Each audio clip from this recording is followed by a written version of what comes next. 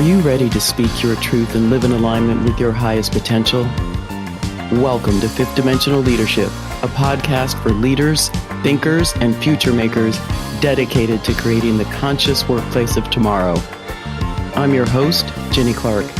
Join me and my guests as we move beyond action and doing to the essential truths, knowing and being. Whether you're an accomplished executive like me or a leader in training, we invite you to listen, learn, and grow with us.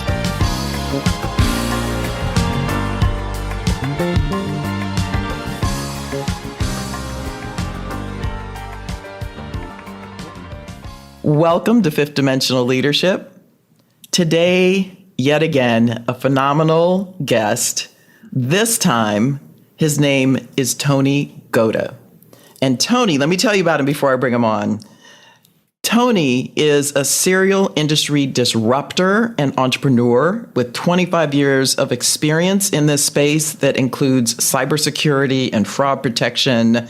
All these, I'm going to have him get into the details of it, but he has managed company-wide multi-million-dollar P&Ls on both startup and enterprise environments. He founded and scaled consumer and enterprise SaaS companies that develop cutting-edge technology products used by millions of people worldwide. And if I'm not mistaken, he's got a few patents. So this brother is bad. Tony Gauda, thank you for joining us on Fifth Dimensional Leadership. Welcome. Thanks, Jenny, for having me. Happy to be here. Yeah, wonderful. I've got a bunch of questions for you because you're a technologist for real, right? Yeah. You're one of those guys that knows the real details of technology, the inner workings of it. But before we get into all of that, you have this incredibly fascinating background. And my intro did not do it justice. For that, I apologize. But walk us through just how it is that you got into tech and became a successful serial entrepreneur. Wow. Yeah. So, it really all started back when I was, I'd say about, kind of 8 years old.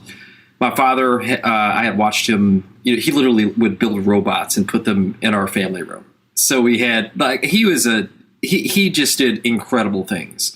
So as I watched him, on his journey, one thing that he said to me, so he was like, listen, I'm going to buy you a computer. So that was the first computer I ever had was an IBM PC.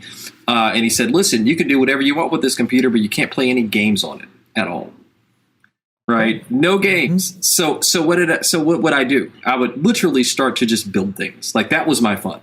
That's what you watched him do. That's exactly right. So his, some people like to play games. I like to that's my dopamine hit is literally building things. So I started kind of doing that. And one of the first things I ever built was a artificial intelligence tutor for students. I did that when I was in college. Well, so I was a really scrawny kid, and I would, kind of walk around with this huge book bag when I was in college, and I just didn't want to carry around all these books because they were like super heavy. I was very thin. So I literally wrote a computer program that would take my class notes and then create tests from those class notes. So instead of me having to carry around all the books, I'd literally carried around the study sheets because they were basically the tests were they were customized for me as an individual. So it would find out all the things that it thought I didn't know, and it would test me, try to confuse me. It would record how long it took me to answer a question, how similar my question was to other times that I answered the question. It just reprioritized the study list, and I would just study that. But wait, you coded this. You created this AI. Yeah. And what year was this? Oh, my God. This was in the 90s. Yeah. This was unbelievable. This was in the, I don't even, this was this was the first time I had ever kind of built anything and actually kind of started selling that. So I ended up selling that to fellow students in a few colleges in the Midwest and paid for a couple of years of college doing that. So that was like my first kind of venture that I ever did. That's amazing. So give us a sense for keep going, because that takes us to college. But you're not only a visionary and an entrepreneur, you are this technical person, which is where you got your start. So how did you begin to weave those things together? So one of the things that my dad taught me very early. So in his computer consulting firm, he actually built this. So his business was focused on building a fraud prediction system for the cellular industry. So way back in the day, people would have analog cell phones, and they would drive under bridges. And, literally drug dealers and cartel members would stand above the bridges, copy what's called the ESN, the electronic serial number, from the phone, create a clone phone, call down to some international country where they would order drugs, right, and have them shipped to their location, however way they did it. But that was a huge problem for the cellular industry because they were losing literally millions of dollars a month. Because back in the day, analog, so cell phones worked in such a way that the cellular companies would actually have to prepay for the international calling, and there was these things called trunk fees and all these really expensive things. So they ended up literally losing millions of dollars a month. So my dad invented a technology to solve that problem, and that was actually one of the first times I'd actually ever built anything. So that's when I watched him kind of do his thing, and I was like, oh, because he was an engineer, but then he turned into this phenomenal businessman. So I I emulated a lot of things that I kind of saw him do, and that kind of led me to believe that I was competent enough to actually, start a company, right? and that started a lot like that. Watching my dad do that, that put me in such a position where I had the confidence, and I had, not only the confidence but also the tutelage, from my dad to kind of help me, start it. Which is why I think it's so important for all of our youth to see tons of examples of just Black people doing things that are just well beyond what you would ever see on a television, right? I love that. And is your dad still with us? He is, yeah. Wonderful. He's retired in Cleveland. That's terrific. I'm glad he's able to witness your success and see your kids coming up in an amazing way. Yeah. Wow. So keep going. I want to hear more. So after that, I built another company, which was so basically I went to a site. I tried to buy a product, and I noticed that they had a chat window on the window. I mean, on the website. So I clicked, and I got a little customer service, and then I recognized there was an opportunity here. So back in the day, there was a company by the name of LivePerson. What they had developed actually was a technology that allowed you to do customer service through the web, except that they had to install a piece of software on the agent's computer. So there'll be a call center. There's maybe 10 or 15 people in there. They install this piece of software on their desktop, and then they're able to chat with people on a website. Now, what I then did is I created a technology that was similar to that, except that it was a 100% web-based. It was all a SaaS service. So this had actually never been done before during the time, at the time. I ended up selling that to companies like Ryder, Dell Tech, Fortune Lounge, which I think was a casino at the time. And I actually paid, I think I lived for maybe between 5 and 10 years just as a SaaS business behind the scenes, just run it. I didn't do a lot of work to keep it up and going, but that was like my side hustle, right? Yeah. Then at some point I decided I'd always kind of founded my own companies. I'd never really worked for anyone before. So this opportunity presented itself at MasterCard. So they were looking for an architect to actually build the next generation of fraud prediction systems. So if you take your credit card and you swipe it, it would figure out in real time if that's a fraudulent transaction or not. And you just said prediction, not protection, right? Prediction. Wow.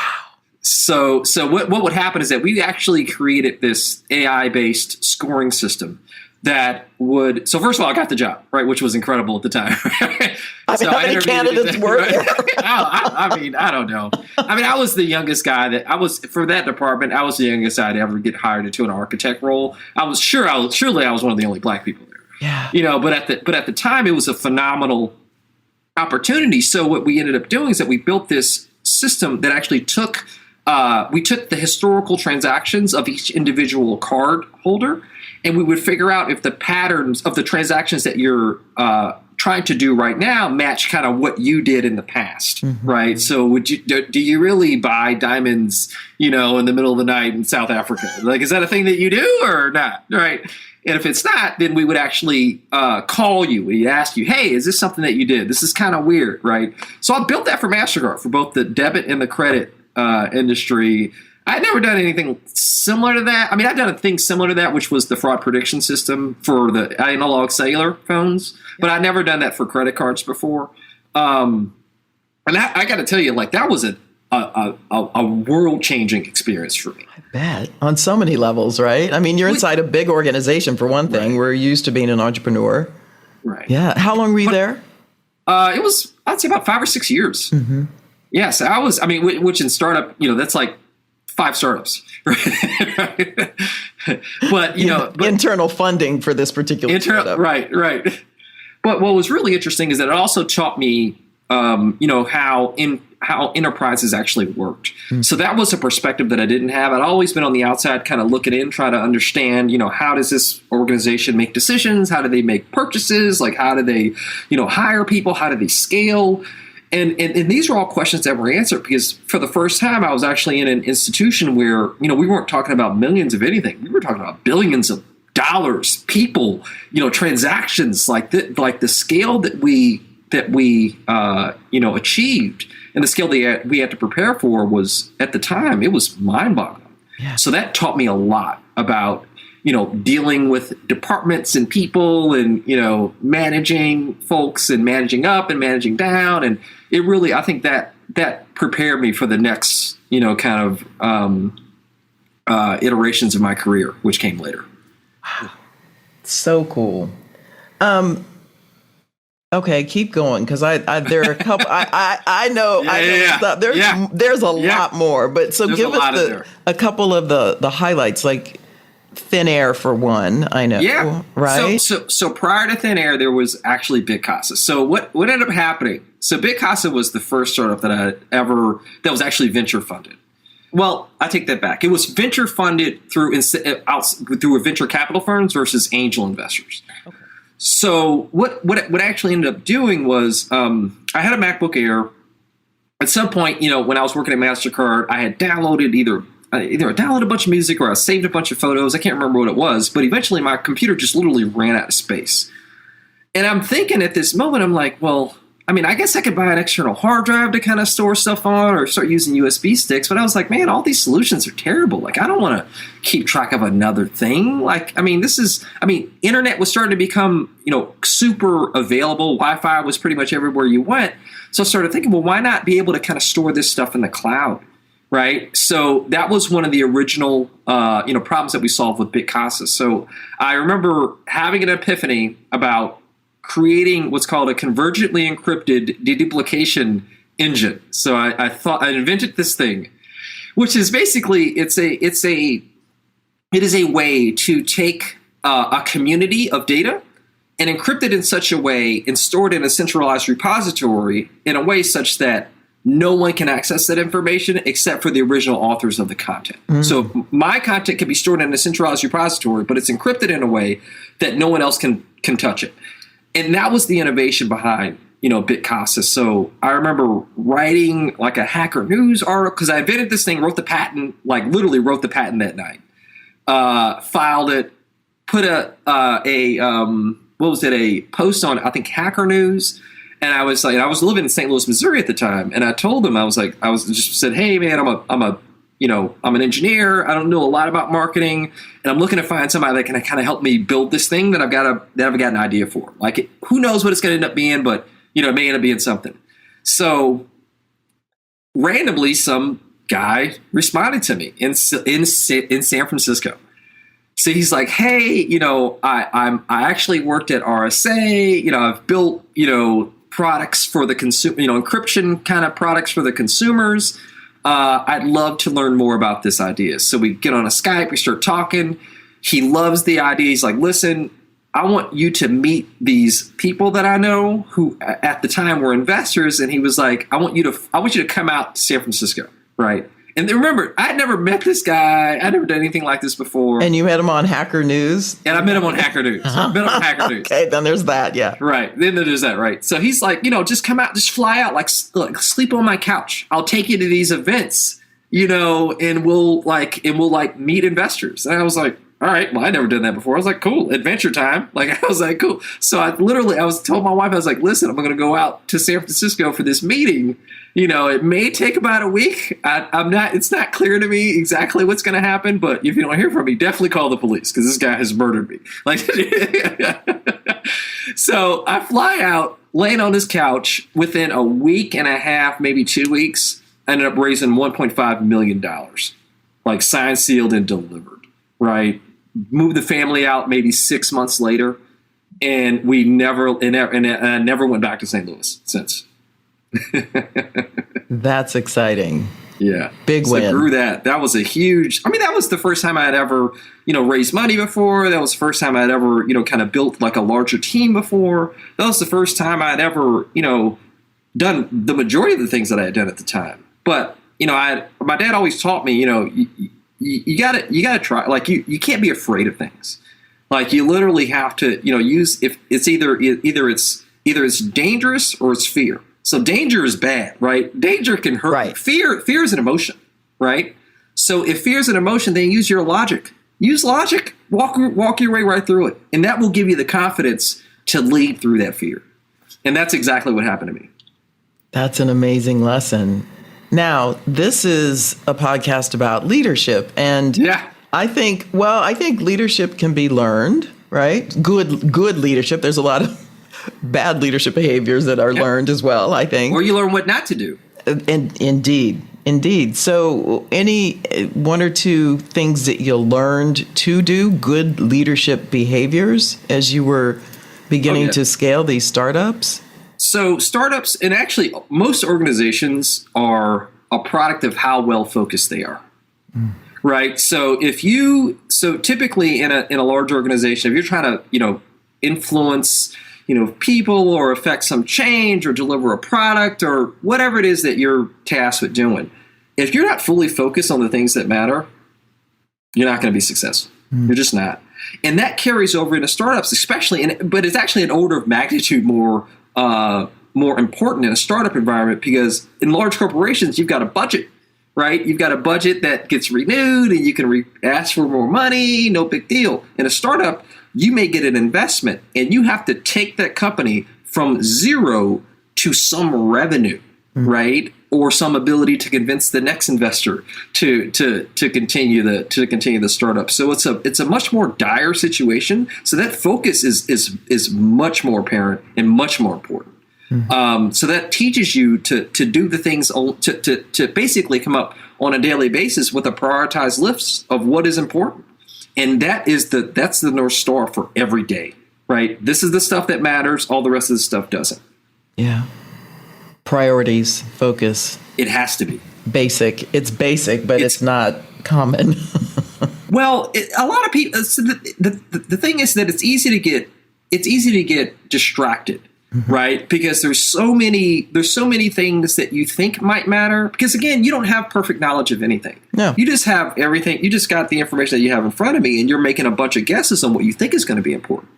So what happens is that there may be something that glistens a little bit, and you think it might be a problem, but it's really not. Like it's not. It's not going to be an issue. And when it becomes an issue, that's when hopefully you can deal with it. But until you have certainty it's going to be an issue, don't even worry about it. Keep moving. I love that. That's some great advice. Great advice. Now, having done several startups, do you have an opinion as to why startups fail? I'm sure much has been written about this, but I'm sure you have your own unique opinion. Well, startups, so if you think about it, startups fail for actually one reason, right? And that one reason is they run out of money. That's 100% of the reason. Now, right. There's a lot of things on top of that cause that, right? So lack of focus, inability to get product market fit, inability for you to hire the right team that you need, inability to execute, that team, inability to sell the product. Like there's a trillion reasons, because so the biggest companies that you've seen are successful because they were incredibly lucky. Incredibly lucky with their timing, incredibly lucky with their execution, incredibly lucky with all the things that normally don't go right in a startup, and then it does go right. So when most people ask the question, hey, why do startups fail? Well, most startups fail. Right? Literally the majority of them do, but those that get super lucky are the ones that are super focused, can execute on the opportunity, and they've had some level of help along the way that put them in a position so that they could capitalize on the market that they foresaw. Yeah. What about you? Are you willing to share any of your misses or failures? Of course. You've had a few. Oh my God. So first of all, you can't succeed unless you fail, right? And, what's great about, kind of startups is that they're literally a series of mistakes. Like that's what mostly a startup is. Like there's if you look at every single successful company behind the scenes, have you ever seen that what is it, the parable about the duck and the feet are underwater, paddling furiously, but on the top it's like it just looks cool, it's just cool as a cucumber, right? Well, that's how every startup is, right? So what's happening under this, behind the scenes is that you're relentlessly trying to build this thing with the minimum amount of resources possible in this condensed time frame that allows you to kind of deliver on the opportunity that's in front of you. So for us, like the first time that so the last company that I did was Thin Air, right? Thin Air, I invented this technology where so data breaches were happening every day, right? And when a data breach occurs, some information is leaked or it's stolen, taken to a competitor or whatever the case may be. So there was no way for companies to actually understand how those data leaks were occurring. So they had to do these investigations where they would interview people and they would go look through data logs and they try to figure this stuff out. And the majority of them were, ended up being unresolved because there was no concrete proof. So what I invented was this technology that basically tracked how all information flowed throughout an organization. So if you saw a piece of information, we actually would record that you saw that piece of information. And we record what you did with that piece of information and who else you shared it with, so that in the event that information were to be leaked, we could literally calculate with a probability the most likely person to have exfiltrated that information. Whoa! Right? Yeah. So this was the company that I actually ended up kind of founding and starting after I built Bitcasa, and this was, I want to say 2015 or so. 2014, 2015. And if you think about it, right around that time, that was pre-pandemic. Yeah. Right. So there was there were breaches that were occurring, but the urgency for tracking information wasn't as significant as it is today. Right. So today you've got everyone working from home in a distributed fashion. Information is everywhere. IT organizations are trying to build up these security mechanisms to keep what's the most important thing within the organization, which is the data, in the folds of the organization. Yeah. And now data is now one of the things that most companies are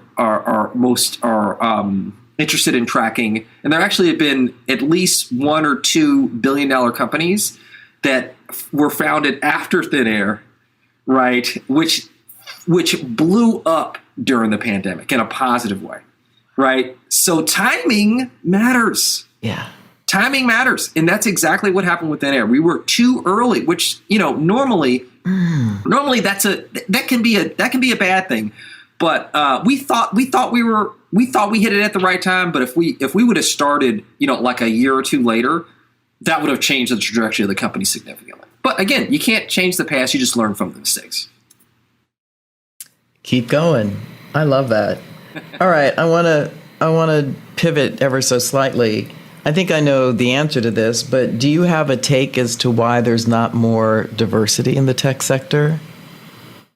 So, being a, kind of black, tech person, right? So a lot of times, so typically people hire based on pattern matching. Yep. Right. And if you hire based on pattern matching, when you start to see things that don't look exactly like the thing that you hired in the past, it's hard to identify that person or individual can solve the problem that you're looking to get solved. Right. So I think a lot of the problem is, one, there's not a lot of representation for diversity in as hiring managers within organizations.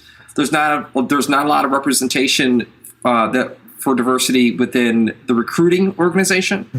And also, I also believe that we can aspire to be in positions within large organizations, but we can also aspire to create positions. Because one of the things that I learned early on is that if no one's willing to hire you, then bet on yourself. Build a company. Build the opportunity. Like if you don't feel as if, your resume or your skill set matches the template that they're looking for, but you are a skilled individual, consult.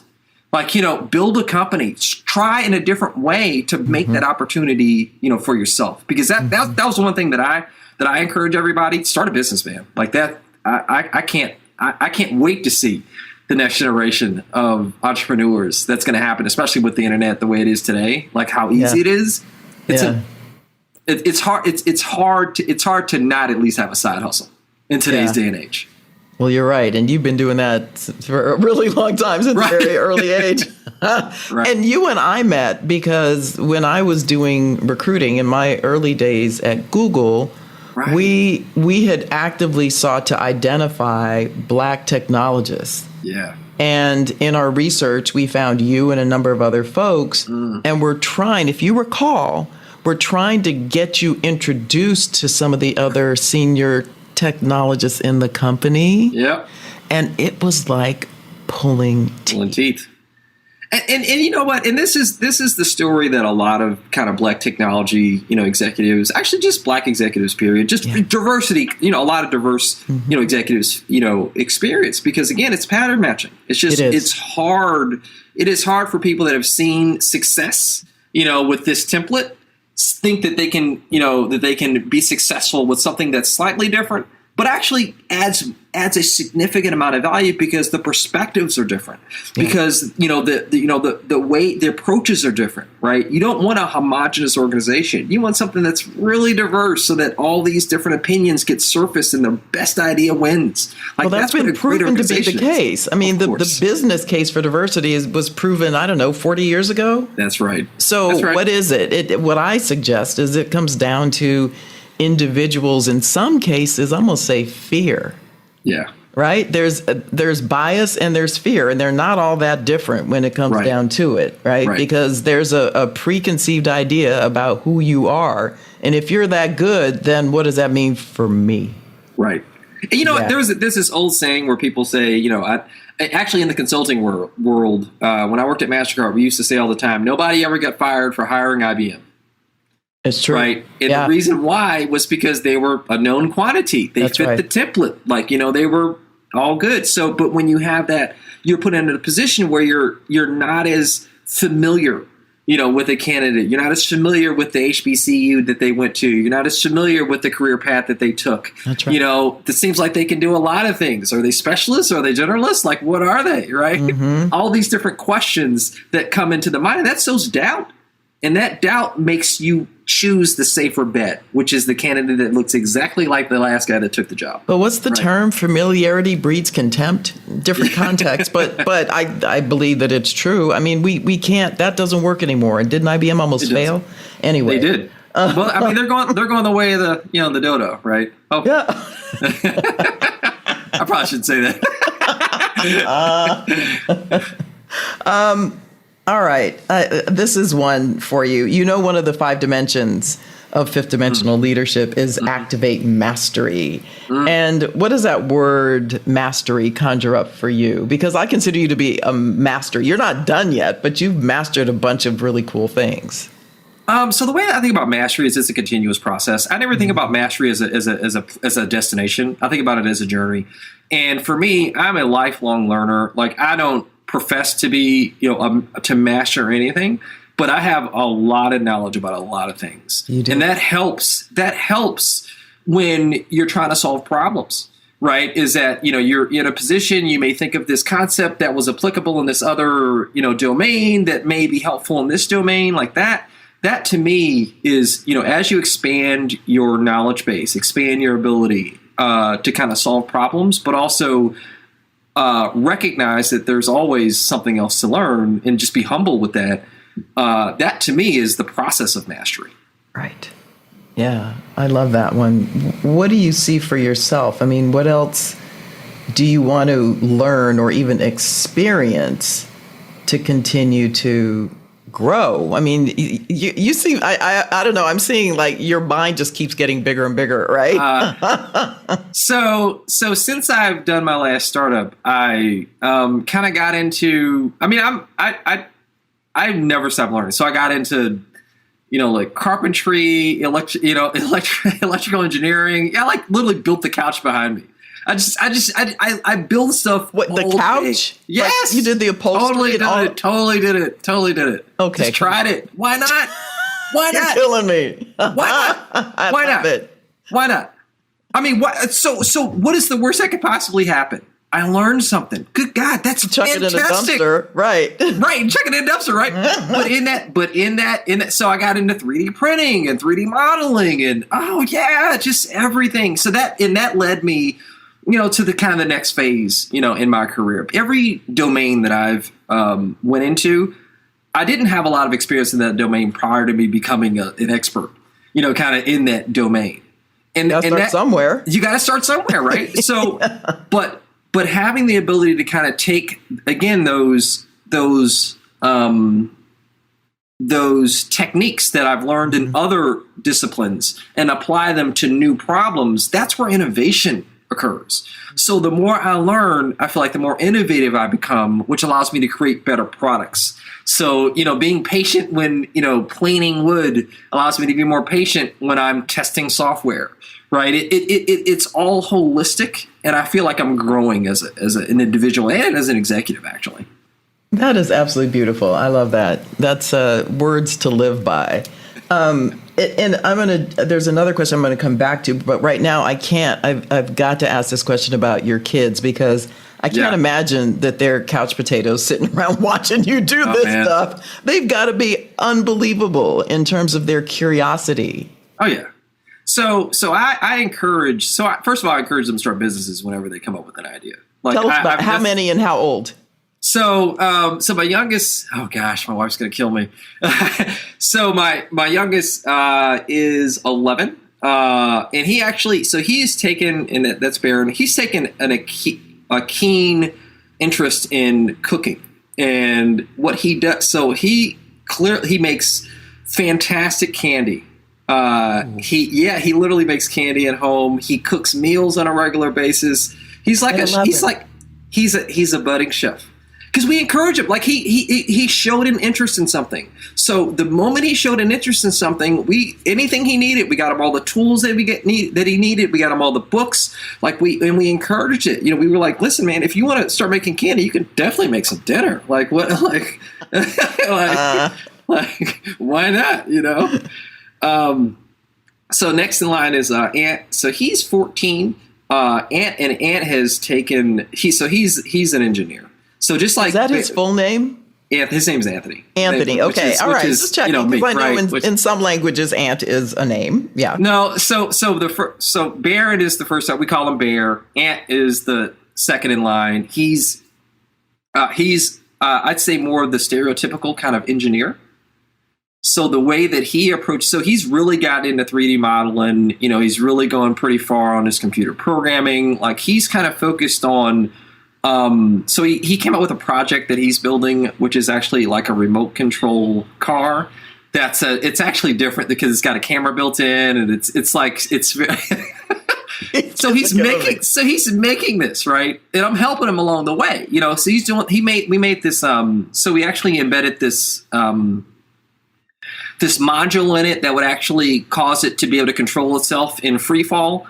Because he plays Rocket League and he wants the car to kind of do tricks in the air. So we actually made a module to embed inside the remote control car so that when it jumps into the air, it'd do all these crazy tricks, right? So so we did that. And he's 3D, like he's doing super well doing that. And then there's Jocelyn. So Jocelyn is she's 16 years old and she's international business. Like she's super, like she's had internships, working for, doing get out the vote drives. She's done. She's a sophomore in high school, a junior, right? She's a junior now. She's a junior now. She started a Black Student Union. So during the pandemic, there was no ability for clubs to meet. So she started this network of students throughout, the Atlanta area, where they would just meet and just talk about kind of how they were doing, like issues that they were dealing with, issues in the community. And she's been running that for, a couple of years. So, I encourage them to do to do ambitious things. The worst that could possibly happen is you learn something. Like that's the worst that could possibly happen. And failure is part of learning. Like we fail every day. I remember this quote around with, what was it? Michael Jordan has missed more shots than I've ever taken in my life. Right. Right. Yeah.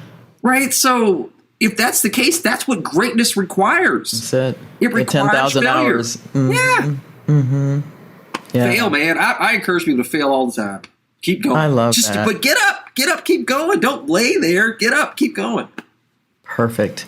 You're active in your community. Tell us about your community commitment. How does that show up? So I try to help entrepreneurs and engineers as much as possible. So, being I started out as a young black engineer, and, somebody gave me a chance at MasterCard, which I thought was phenomenal, which kind of helped, kind of propel my career. So, in all of my companies, I've hired as many interns from HBCUs as I possibly can. And I encourage them to start companies. So engineer-focused entrepreneurs are kind of what I would love to build. Because, again, that fosters ownership. And when you foster ownership, I mean, that's how you have economic empowerment. Like, that's what we're wealth. Building wealth, throughout the community. So I think that in itself is something, that's my way of kind of helping, because I feel like I've got a little experience. I've got some scars and stories I can tell. Yeah. That's amazing. I love that. Okay, I want to go back to this question because I'm not going to get the statement right, but it talked about the speed of which technology is evolving, accelerating. It is. Right? And so with all these advances, what should the average person be embracing, and what should we be wary of? Are there things that we should be concerned about? So when I think about what do you be wary about? So for me, I wouldn't be wary of anything. Technology is coming whether you want it to or not. Don't fear it. It is the world's changing, right? So the question is, are you going to change with it? Are you going to be a worker that has a skill set of yesterday, or are you going to be a worker that has a skill set for tomorrow? So what I encourage people to do is to find other, kind of future opportunities that are based on their existing skill set, right? And to foster those opportunities. So everything's going online. Things are going, payments are completely changing. You've got cryptocurrencies that are changing the world. Like, what's going to happen with money? Like, there's a lot of questions. But most people have a skill, right? So figure out how that skill so sit down, think about, project where you think the world's going to go, and think about where your skill set fits in that world. And if it doesn't fit, learn a new skill. There we go. Learn a new skill. Do not be caught in the future without a skill. Mm-hmm. Like that makes no sense, right? Prepare for it the same way you did, when you were in school. Buy a book, go online. Everything's available. Literally, there's so much information available now. Mm-hmm. Like these kids today, they literally ask Alexa, right? For the answers to their questions. Like, we had to go to Encyclopedia Britannica, man. That's like, right. We had nothing. You have anything. Look it up on your phone. Right. They can look this is the golden age of information. Mm-hmm. So the one skill that I actually encourage everyone to get extremely good at. There's one skill you need to get good at, and that is how to teach yourself something. If you get good at teaching yourself something, you can do anything. I don't know, correct me if I'm wrong, but when I think about, what does that take to teach yourself? I think it's curiosity, isn't it? Which is free. Right. Curiosity, time, practice. And a commitment. Yeah. And a perseverance, right? Because you're gonna be terrible. You're gonna be terrible. You're gonna be super terrible the first time you try anything, right? I put a basketball goal up outside, and I was playing with my sons, and I've been playing basketball for 30 years, right? So I'm dunking on these kids, But what's great about this is that I taught them. I'm like, listen, like, you guys, for you to get good, you're gonna miss a lot of shots, right? Don't get discouraged. Learn from how you missed, why you missed, and just keep practicing, and eventually you get good. My son beat me like a week or two ago. And I played him for real. You were giving it your all. Oh yeah, I was playing him for real. Now I'm much older, but he won. He won, and that's what that. And I told him at the end of that, I was like, listen, you know how that feels? That feeling that you get when you won? Imagine if you could have that for the rest of your life. Oh. Every single time you accomplish something that was hard, right? Yeah. That's the ultimate reward. That's how you build lifelong happiness. You're also making me think that when I think about people from, disadvantaged backgrounds. That feels like an old term, but I can't help but think about how more people need to just be told that it's possible and exposed to this. And this notion of failure is not endemic to our society. The notion of where they might be today, right? That's right. So how does one make that shift to want to try? What is it? How do you eat an elephant? Yeah, right. So I think just the same way how it was natural for me to want to be an engineer / businessman because I had that example and I saw that very early.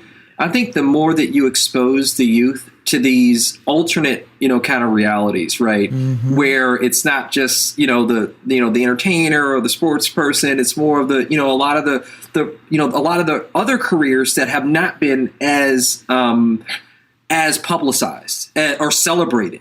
Right. So, to be the CEO, to be the, the marketing, manager, to be the race car driver. Like I was looking at the one guy, I forgot Wallace. his name. Bubba Wallace. Bubba Wallace, but also there's this one. He's an English guy who's he's one more. Man, I can't believe I forgot this guy's name. But he's an English guy. He's a black guy. He's won all these races in NASCAR. I hadn't heard of him. Yeah, he's dating Serena's sister. Oh, Venus. Oh, her. Good Yeah. God. Right. But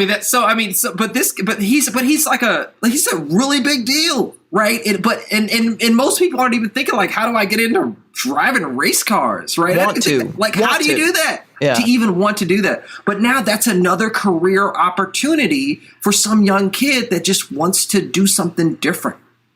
Things that were never exposed to us before. If you do that, I have complete faith.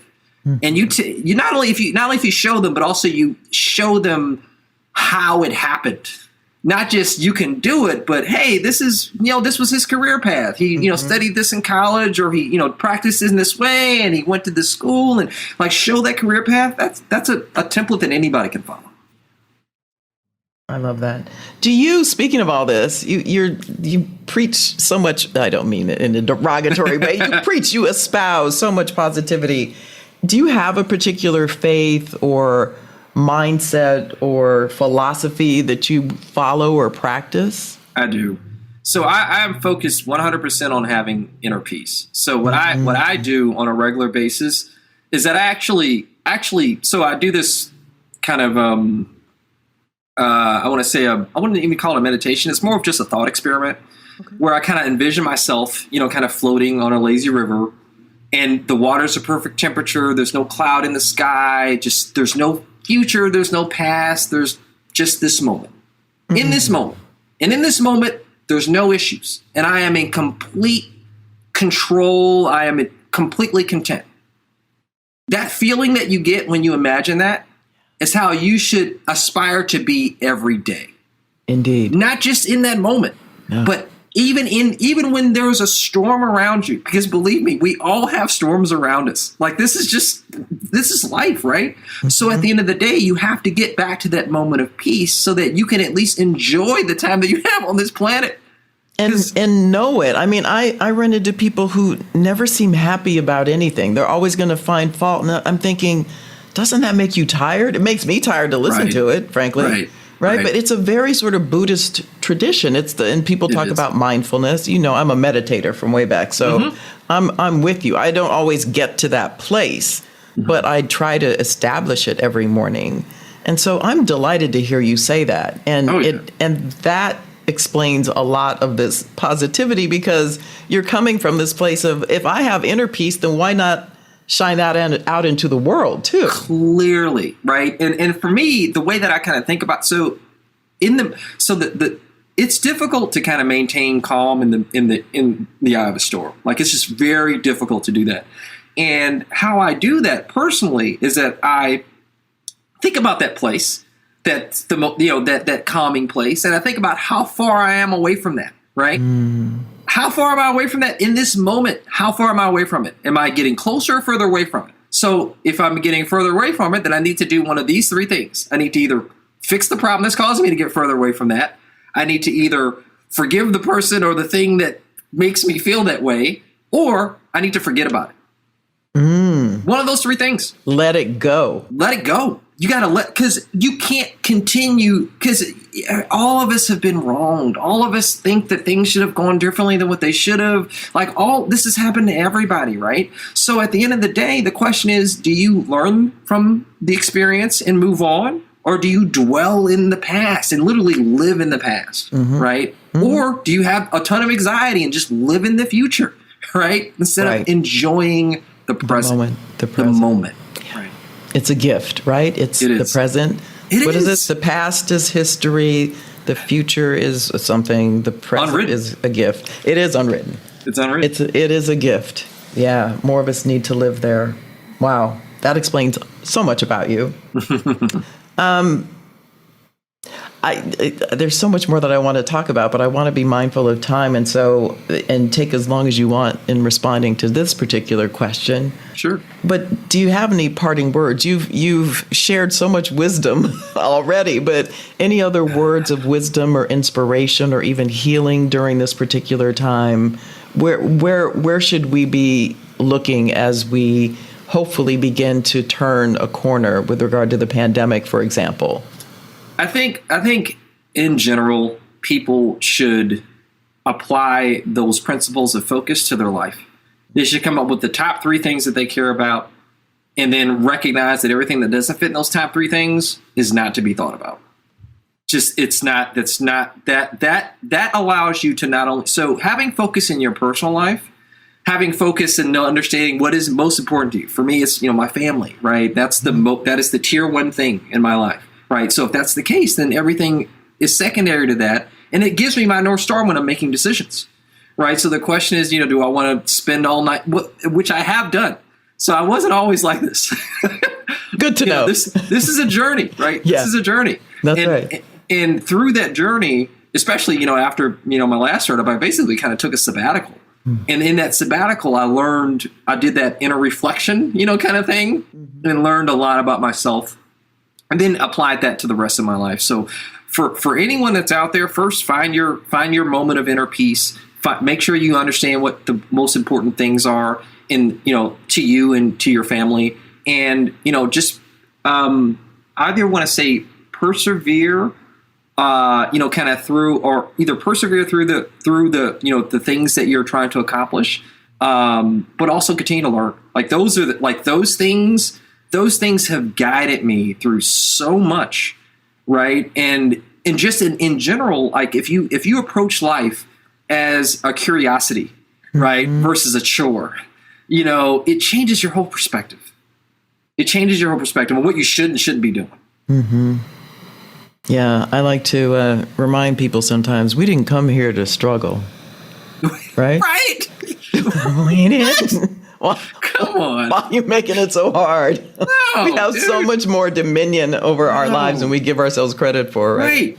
It's all about control. The more control you have, the better you have, the better you can affect an outcome, right? So taking responsibility, it's a huge idea. Just take responsibility for as much as you can, because that gives you control. That's right. Yeah. Wow. Great parting words. Thank you so much. You have inspired me. I don't think I'm going to go build a couch, but... Or you might. You never know. You never know. I'm pretty good in the kitchen. I might go tackle something new there. Right. Where I have a little bit of experience. You are just a delight and inspiration. Much success. I can't wait to see what comes next from you. We'll have you on in a year or two, if not sooner, just to see what the latest, get an update on what Tony is doing. Awesome. But thank you so much for joining us on Fifth Dimensional Leadership. Tony Gauda, you are a dear, and I'll say it again, an inspiration to the technology sector and to the world. Thank you. Thank you, Jenny. Appreciate it. See you soon. See you. Bye.